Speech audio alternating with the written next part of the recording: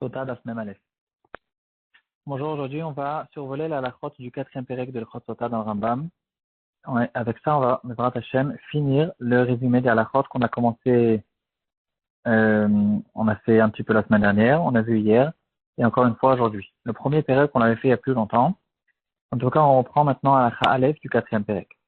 Le Rambam il nous dit, le 15 Adar, le Bet Din, il faut un bilan en fait de tout ce qui a tardé au courant de l'année. Le Bet Din, il peut avoir des périodes où ils ont beaucoup de dossiers à faire. Il y a eu peut-être des dossiers qui ont devancé la sota qui était censée boire, il y a peut-être même beaucoup de mois. Et en tout cas, ça a été repoussé jusqu'à maintenant. Maintenant, on ne tarde plus. On ne repousse pas pour plus tard. Le 15 Adar, c'est le moment où on s'occupe de tout ce qui est public. C'est la fin d'hiver. On refait les chemins. On refait en fait beaucoup de choses qui ont tardé jusqu'à maintenant et que maintenant on va les faire. De manière générale, à l'époque, ceux qui s'occupaient de tous les besoins publics, ça faisait partie du travail du Bet Din. Le Bet Din, c'était l'État qui était euh, organisé complètement par la Torah et les Bate Din. En tout cas, en ce qui nous concerne, la Sota, elle ne va pas attendre plus que le 15 Adar. Le 15 Adar, le Bet Din, ils vont maintenant s'occuper de tous les dossiers qui ont tardé jusqu'à maintenant. Une halakha qui concerne le faire boire la sota, ça se fait que le jour. On ne fait pas boire la sota la nuit et on ne fait pas boire deux sototes en un coup. On apprend un passage. Halakha Gimel, une sota qui a dit je ne bois pas parce qu'elle avait peur. Elle a peur de boire, elle sait peut-être qu'elle est propre, mais quand même, elle a peur, alors on ne la force pas de boire. Dans certains cas, elle peut changer d'avis et de dire, finalement, je suis intéressée quand même de boire. Son intérêt de boire, c'est tout simplement parce qu'elle veut revenir chez son mari et elle ne veut pas perdre sa ktuva. Dans le cas où elle dit, je ne bois pas, alors elle sera interdite et elle perd sa ktuva. Halakha Dalet, si elle dit, je ne bois pas, avant que la Megillah ait été effacée, et la Megillah a déjà été écrite, alors on met la Megillah. La Megillah, c'est-à-dire le parchemin sur lequel on a écrit les malédictions et tout ce que le Kohen il a fait jurer. Donc, en tout cas, si elle a dit « je ne suis pas intéressée de boire », si on n'a pas encore effacé, alors elle peut encore dire et on mettra ces parchemins à la Gnisa. Et il ne sera pas cachère d'ailleurs pour une autre sota. Qu'est-ce qu'il en est de son offrande de farine? On a vu hier qu'elle donne une offrande de farine d'orge. On le jettera à un endroit qui s'appelle Bet Adeshem. C'est tous les corbanotes qui sont devenus psulim. Alors on va les brûler en dehors des Yerushalayim.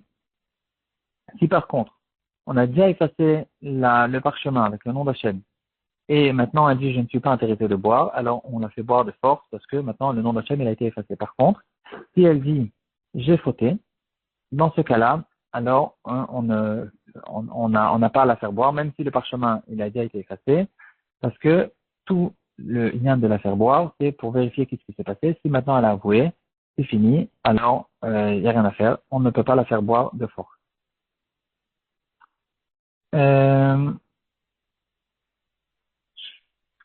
Halakha Vav, on vient de voir. Dans ce cas-là, au fait, si elle a avoué, alors encore une fois, l'offrande de farine, si elle a déjà été mise dans le kli-sharet, dans l'ustensile kadosh qui appartient au Matamikdash, alors on doit le jeter sur le Bet Hadeshen, on ne peut pas l'approcher au Mizbeach. On va voir quelques détails plus tard au courant du Perek, vers la Halakha Yud Gimel et Dalet, certaines halachot qui concernent l'offrande de la farine. Encore quelques halachot qui concernent l'écriture du parchemin. On doit écrire le parchemin que le jour. Donc non seulement de la faire boire, ça se fait le jour, l'écriture du parchemin, ça se fait aussi le jour. S'il a été écrit pendant la nuit, c'est pas soul. On apprend un pasouk.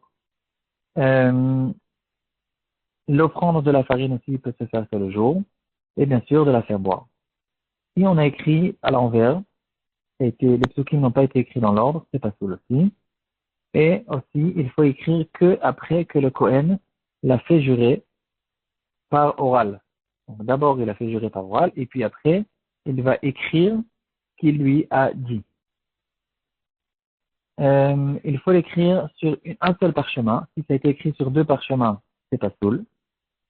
Il faut que ça soit écrit sur un parchemin, pas sur un papier et pas sur d'autres sortes de parchemins. Aussi à propos des tefilines, quand on étudie le tefilin, on retrouve qu'il y a au fait dans la peau de l'animal, il y a plusieurs épaisseurs.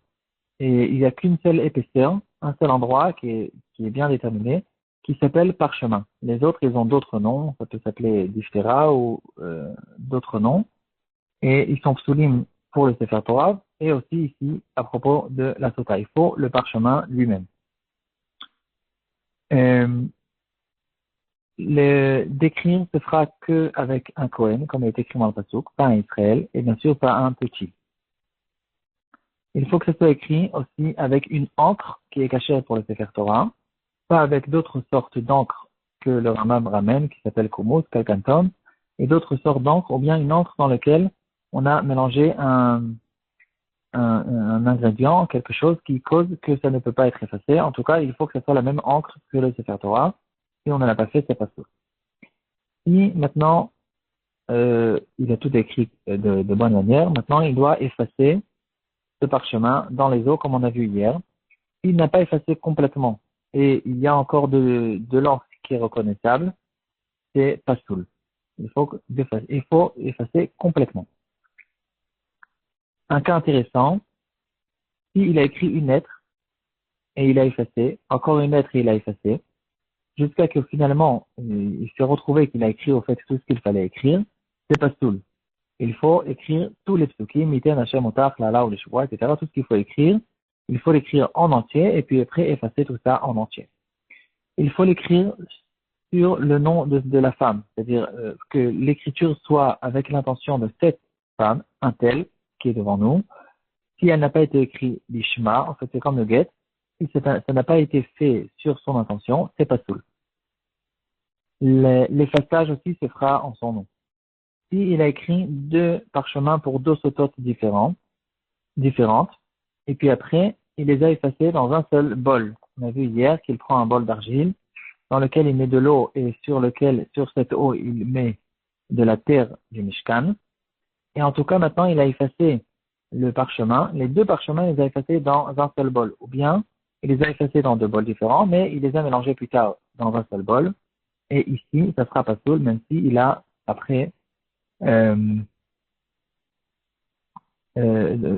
ça c'est pas soul, s'il a fait boire les deux sototes de ce bol. Dans un cas où il a effacé dans deux bols différents, et il les a mélangés, et il les a reséparés dans deux bols différents, alors ici, a priori, on ne fait pas boire les deux sototes, mais si quand même il a fait, c'est caché. Dans un cas où l'eau s'est renversée, il doit ramener, il n'y a rien à faire, il faut ramener un nouveau parchemin, réécrire et réeffacer dans une nouvelle eau qui ressort du client. Si l'eau s'est renversée, mais il reste un petit peu, alors a priori, il ne fait pas boire ce qui reste, mais s'il a fait, c'est caché. Alakha Yudbet. L'eau qu'on puise du kior pour faire cette eau amère de la sota, il faut qu'elle ait été puisée le jour même. Si elle a passé la nuit, c'est pas soul. Comme de manière générale, toutes les eaux qui sont versées dans la Beth Amikdash, sur le Mizbeach, le Misuchamaim, etc., les eaux qu'on utilise, c'est pas soul quand la nuit est passée. S'il a mis d'abord la terre et après l'eau, c'est aussi pas soul. S'il n'avait pas de terre, il n'a pas réussi à trouver de la terre parce que tout le Beth Amikdash, il était carrelé, et en tout cas, il n'a pas réussi à trouver de la terre, qu'est-ce qu'il fait? Il peut amener de la terre de l'extérieur, il la pose, il la jette sur le sol du Beth Amikdash, à l'endroit où il faut, et c'est considéré maintenant comme de la terre du Beth Amikdash, il peut le récupérer pour verser dans l'eau. Quand on dit de la terre, c'est de la terre et pas de la cendre. La cendre n'est pas considérée comme de la terre. Par contre, de la moisissure, c'est oui de la terre. Euh, on dirait qu'il doit le faire avec sa main, pas avec un ustensile, une pioche ou quelque chose comme ça. S'il l'a fait, c'est caché. Alakha, ça c'est Alakha Yud Gimel. Alakha Yud Dalet, c'est des alakhot qui concernent l'offrande. À côté dans le processus de la sota, il y a une offrande que le mari va ramener. C'est une offrande de farine et de la farine d'orge. Maintenant, dans toutes les offrandes, il faut savoir qu'il y a quatre services, quatre avodotes principales qui sont parallèles aux quatre avodotes qu'il y a dans tous les korbanot. Dans chaque korban, il y a la shrita. Après, on reçoit le sang dans un bocal, dans un bol. Après, on marche jusqu'au misbeach et on le verse sur le misbeach. La même chose, il y a dans toutes les menachot. Quand on, euh, on prend, en fait, dans la mincha, ça commence que, d'abord, on met la mincha dans un ustensile qui est kadosh. Ça, c'est comme le ekdesh. C'est avant. C'est comme quand on fait ekdesh sur l'animal. C'est avant les quatre avodot. Donc d'abord, on met la mincha dans un ustensile qui est en kadosh. Toute la mincha maintenant devient kadosh en la mettant dans cet ustensile. Ensuite, on va faire une action qui est un peu difficile à expliquer par téléphone. Et il va comme puiser de la farine avec ses mains. En fait, il va prendre ses trois doigts du milieu, sans le pouce et sans l'auriculaire. Il prend ses trois doigts et il puise qui rentre dans la farine. Il efface à droite et à gauche avec l'auriculaire et le pouce. Et il prend cet endroit-là, ça c'est considéré comme la shrita. Il va vers le misbeach, c'est comme la holacha, et il va, quand il le met dans sa main, c'est considéré comme la kabbalah. Après, il va vers le misbeach, c'est la holacha, et quand il le jette, qu'il a pris dans sa main, la petite partie de farine qu'il a dans la main, il a fait knita, il le jette sur le misbeach, il va le brûler, c'est considéré comme le zrikat adam. Maintenant, ce qui se passe, c'est que le reste qu'il reste, ça s'appelle shiraim, et on peut maintenant le manger pour les kohanim, bien sûr, comme ce qui se passe avec le korban, que quand on a fait tout ce qu'il faut pour la mitzvah, alors le reste, on peut le manger, par exemple, quand c'est un shlamim, quand il y a des parties qu'on mange. En tout cas, on reprend maintenant à la Cha Yudalet après cette petite introduction. Si il a déjà approché cette offrande de farine, et après, il l'a fait boire. Normalement, on approche l'offrande de farine avant de la faire boire. S'il a fait le contraire, c'est quand même kasher, bedi eved. Et qu'est-ce qui se passe si maintenant l'offrande est devenue tannée? Alors là, ça dépend. Si ça s'est passé avant qu'on a mis l'offrande dans le kli sharet, cette offrande n'est pas encore considérée comme kadosh, il faut juste lui faire un rachat, parce qu'il y a quand même c'est de l'argent qui appartient au Beit HaMikdash. Alors, on rachète cette offrande, comme toutes les menachot qui sont devenues tamées avant qu'on l'a mis dans le kli sharet. Si par contre, on a déjà eu le temps, on a déjà mis l'offrande dans le kli sharet, et que maintenant, elle est devenue tamée, alors on la brûle complètement. Bien sûr, quand on dit on la brûle, c'est pas sur le misbeach. On la brûle en dehors du Beit HaMikdash, dans l'endroit qui s'appelle Beit HaBeshen, avec les korbanot qui sont devenus psulim. Il y a aussi une halakha qui concerne le cas où elle a avoué, avant que le Kohen a poigné, il a mis son poing dans la mincha, il a retiré la mincha, ou bien elle a dit je ne veux pas boire, ou bien son mari ne veut pas la boire, il l'a regretté, ou bien qu'il y a eu des témoins qui sont arrivés qu'elle a été souillée, ou bien que le mari ou la femme sont morts. Dans tous ces cas-là, euh, euh, dans tous ces cas-là, toute la mincha se fait brûler. Et si c'est arrivé après qu'il a approché le comète, alors on ne mange pas les restes. Encore une halakha, halakha tetvav, le Rambam nous dit, si le mari est Kohen, alors le reste de la mincha ne se fait pas manger par les Kohanim comme les autres, ce qui se passe en général avec le reste de la mincha de la sota quand le mari n'est pas Kohen.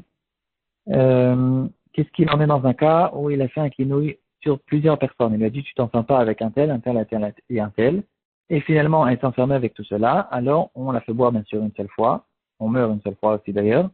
Et on amène une seule mincha. On n'a pas besoin d'amener une mincha pour chaque kinouï et chaque stira. Le Rambam, il passe dans la Chaïf Zayin à parler de Gilgul Shuvah, comme on a vu dans la Gemara. Quand on l'a fait jurer non seulement qu'elle n'a pas été souillée par cette personne sur laquelle il y a eu le problème, mais aussi on inclut dans la Shuvah aussi qu'elle n'a jamais causé d'adultère avec qui que ce soit, quand que ce soit, etc. Et il y a quelques détails à ce propos-là. Si ça s'est passé avant le Nisuin, si par exemple c'est une histoire de Yiboum, et alors ça s'est passé chez son frère, alors là, il peut la faire jurer. Si ça s'est passé entre son frère et lui avant qu'il fasse les boum, alors il ne peut pas la faire jurer. Il y a quelques détails à ce propos-là. Et à la Chayut traite, le Rambam, il nous ramène un moussard à propos de toute cette histoire de Sota. Il dit, c'est une grande mitzvah de faire le kinouï. On a vu au début de la Masechet qu'il y a une marloquette si c'est quelque chose de bien, au contraire, quelque chose de pas bien de faire un kinouï. Et le Rambam, il tranche la halakha que celui qui fait un kinouï à sa femme, au contraire, c'est quelqu'un de correct, de bien, qui fait attention à ce qui se passe autour de lui, surtout sur sa femme, sur laquelle il est responsable. Et par contre, c'est quelque chose de très sérieux, dit le Rambam.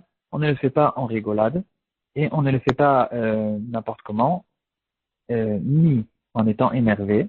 C'est quelque chose qu'on fait sérieusement, en tranquillité, en l'avertissant avant. Et on ne le fait pas en premier devant les deux témoins. Il doit d'abord parler avec sa femme normalement. Et puis après, si ça continue à mal tourner, alors là, il amène les deux témoins et il fait le kinouï sérieusement et normalement. Et le Rambam, il finit par dire, celui qui ne fait pas attention à ce qui se passe avec sa femme, avec ses enfants, avec ses filles, etc., il les laisse se comporter n'importe comment, alors qu'il sache qu'il euh, il va faire partie du châtiment, il est responsable de ce qui se passe dans sa famille, et euh, donc il va être puni dans un cas où il y a après des problèmes, et par contre, il aura une grande bracha, comme dit le pasuk, Ve'yadata ki shalom awalecha, ufakadta navecha velo techta. Dans ce pasuk, il nous dit que quand quelqu'un il éduque ses enfants, il y fait attention à sa famille, alors il sera béni. Un petit rappel à propos de cette dernière halakha. Bien sûr qu'on a déjà vu, de notre temps, on ne fait pas du tout de kinouï. Ça n'existe pas le kinouï de notre temps. C'est juste pour nous apprendre le fond des choses. Faire attention à sa famille, mais pas plus que ça.